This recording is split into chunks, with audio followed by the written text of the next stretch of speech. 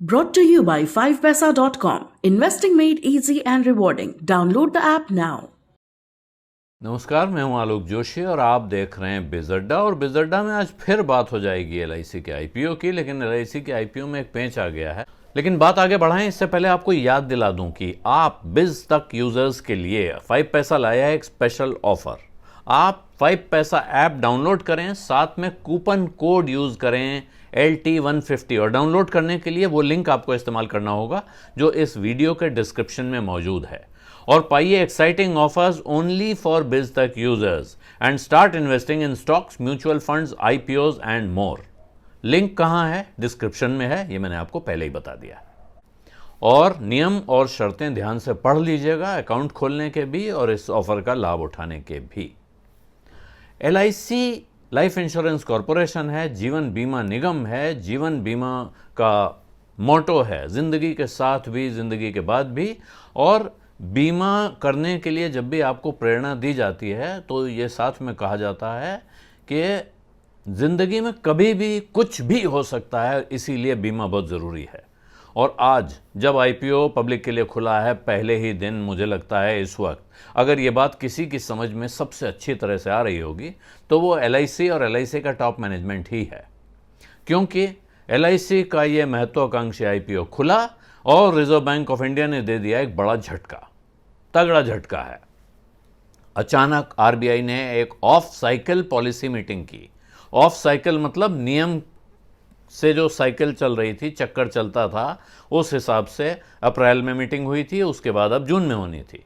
लेकिन अचानक पिछले 2 दिनों में मीटिंग हुई और आज RBI गवर्नर ने ऐलान कर दिया कि RBI में रेपो रेट यानी वो रेट जिस पर रिजर्व बैंक बैंकों को कर्जा देता है, उसके ब्याज पर 0.4%, 0.4% की, आप सामान्य बाजार की भाषा में कहें तो 40% की बढ़ोतरी हो गई है।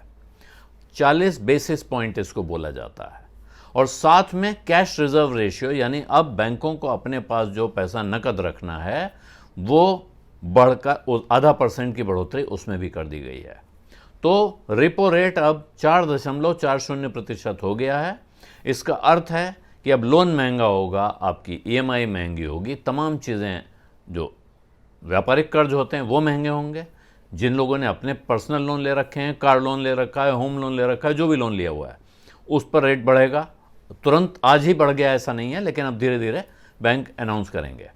साथ में जो डिपॉजिट होता है उस पर भी कायदे से बैंक अपना PLR चेंज करेगा, तो उसका लेंडिंग और डिपॉजिट दोनों बदल जाते हैं।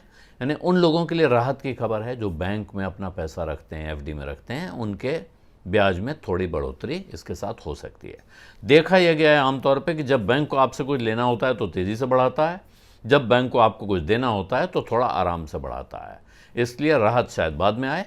लेकिन रिजर्व बैंक ने यह किया क्यों, ये एक गंभीर सवाल है। और रिजर्व बैंक ने यह आज ही क्यों किया, ये उससे भी गंभीर सवाल है। जिस दिन देश का सबसे बड़ा आईपीओ, सरकार का आईपीओ खुल रहा हो, उस दिन रिजर्व बैंक एक ऐसा फैसला लेकर आए जिसको सुनते ही बाजार में एकदम बुखार आ जाए। 1400 पॉइंट सेंसेक्स ने झटका खाया ये खबर सुनते ही। वजह यह है कि जब ब्याज महंगा होगा तो लोग बाजार से पैसा निकालेंगे, कर्जा लेने की बजाय। कर्जा महंगा होगा तो उसको लेने के बजाय वो बाजार में अगर पैसा लगा हुआ है तो उसको निकालेंगे। ब्याज में बढ़ने का, डिपॉजिट रेट बढ़ने का मतलब है बहुत सारे लोग अब अपना पैसा वापस सुरक्षित जगह रखना चाहेंगे तो वो निकालेंगे। तो बाजार पर इसका झटका लगना स्वाभाविक है। बड़े जानकारों का कहना है कि रिजर्व बैंक को इस तरह का झटका नहीं देना चाहिए। बरसों से ये रीत चली आ रही है कि रिजर्व बैंक इस तरह का काम नहीं करता है। उसको जब कोई ख़राब खबर सुनानी होती है तो उसको पॉलिसी के समय सुनानी चाहिए। कोई अच्छी खबर ऑफ साइकिल कर दे, बीच में ले आए अचानक, तो अच्छी बात है, लेकिन बुरी खबर इस तरह से अचानक नहीं लानी चाहिए। लानी थी तो 2-4-6 दिन पहले माहौल बनाना चाहिए था।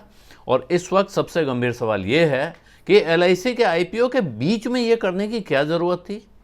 भरी दोपहर ये करने की क्या ज़रूरत थी जब बाजार चल रहा था? ये फैसला शाम को भी आ सकता था और ये फैसला 9 तारीख तक इंतज़ार भी कर सकता था अगर रिजर्व बैंक को 1 महीने पहले अप्रैल में पॉलिसी मीटिंग के दिन हालात ऐसे नहीं लग रहे थे कि रेपो रेट बढ़ाए जाएं, तो 1 महीने में परिस्थितियां ज़रूर बिगड़ी हैं, लेकिन क्या हालात ऐसे हो गए हैं कि एक दिन इसको बढ़ाए बिना गुजारा नहीं हो रहा था। इससे ये आशंका भी पैदा हो रही है कि क्या रिजर्व बैंक के पास कुछ ऐसी खबर आई है जो अभी हमारे पास नहीं है। क्या रिजर्व बैंक के पास महंगाई के कुछ ऐसे आंकड़े आए हैं जिनसे उसको ये चिंता हो रही है कि अब महंगाई बेकाबू होने जा रही है और इसलिए उस पर तुरंत एक्शन करने की ज़रूरत है। और इसके साथ सवाल उठता है कि क्या रिजर्व बैंक के इस एक्शन से महंगाई रुक जाएगी। तो जानकारों का कहना है कि सिर्फ रिजर्व बैंक के इस एक्शन से महंगाई नहीं रुकेगी। महंगाई रोकने के लिए इस फैसले का असर होगा, लेकिन इस फैसले का असर होने में 3, 4, 5, 6 महीने, 7 महीने लग सकते हैं, उससे ज़्यादा वक्त भी लग सकता है। और तब तक महंगाई आपको जितना परेशान कर रही है वो कर चुकी होगी, और हो सकता है तब तक कुछ नए कारण पैदा हो जाएं, क्योंकि आरबीआई ने इस फैसले के साथ बताया है कि महंगाई की जो वजह है वो खाद्य तेलों का दाम, खाने के तेलों का दाम बढ़ना, यूक्रेन का युद्ध, उसकी वजह से पैदा हुई अंतर्राष्ट्रीय परिस्थिति, ये तमाम कारण हैं। तो इस वक्त रिजर्व बैंक ने जो किया है उससे महंगाई के मोर्चे पे लाभ होगा कि नहीं, ये तो देखना है। लेकिन लाइफ इंश्योरेंस कॉरपोरेशन का आईपीओ लाने वालों के रास्ते में रुकावट ज़रूर खड़ी हो गई है। उनके लिए एक तगड़ा झटका आ गया है, बाजार का मूड खराब हो गया है। और जब मूड खराब होता है तो फिर आदमी सोचता है अच्छा चलो अच्छी चीज़ भी है तो चल जाने दो, छोड़ो बाद में देखेंगे। तो ये क्यों हुआ है? क्या सरकार के 2 मंत्रालयों, 2 विभागों के बीच तारतम्य नहीं है? क्या रिजर्व बैंक इतना आत्मनिर्भर, इतना आज़ाद, इतना इंडिपेंडेंट है कि वो इस बात की फिक्र नहीं कर रहा है कि सरकार एक बड़ा अपना डिसइन्वेस्टमेंट कार्यक्रम का एक महत्वपूर्ण माइलस्टोन हासिल करने जा रही है? इस वक्त अगर वो ऐसा करेगा तो उस रास्ते में रुकावट आ सकती है। क्या रिजर्व बैंक में ऐसे लोग हैं जो नहीं चाहते हैं कि एलआईसी का आईपीओ सफल हो जाए? क्या एलआईसी के आईपीओ को अब ये खतरा है कि उसको पूरा सब्सक्रिप्शन नहीं मिलेगा? मुझे नहीं लगता है कि ऐसी उम्मीद है। लेकिन ये ज़रूर है कि अगर इसकी वजह से जो भावनाएं बहुत आसमान पर थीं, बहुत से लोगों का उत्साह बढ़ा हुआ था, वो थोड़ा ठंडा पड़ सकता है, ऐसा ज़रूर है। और ये ऐसा होना भी एलआईसी के लिए लंबे दौर में अच्छा है या ख़राब, इसका जवाब भी आज नहीं दिया जा सकता है। लेकिन फ़िलहाल तमाम सवाल आरबीआई के इस फैसले से खड़े हो गए हैं, जिन पर आज चर्चा हो रही है और आगे काफ़ी समय तक होती रहेगी। बिज़ अड्डा में आज इतना ही। अब इजाज़त दीजिए। धन्यवाद। नमस्कार।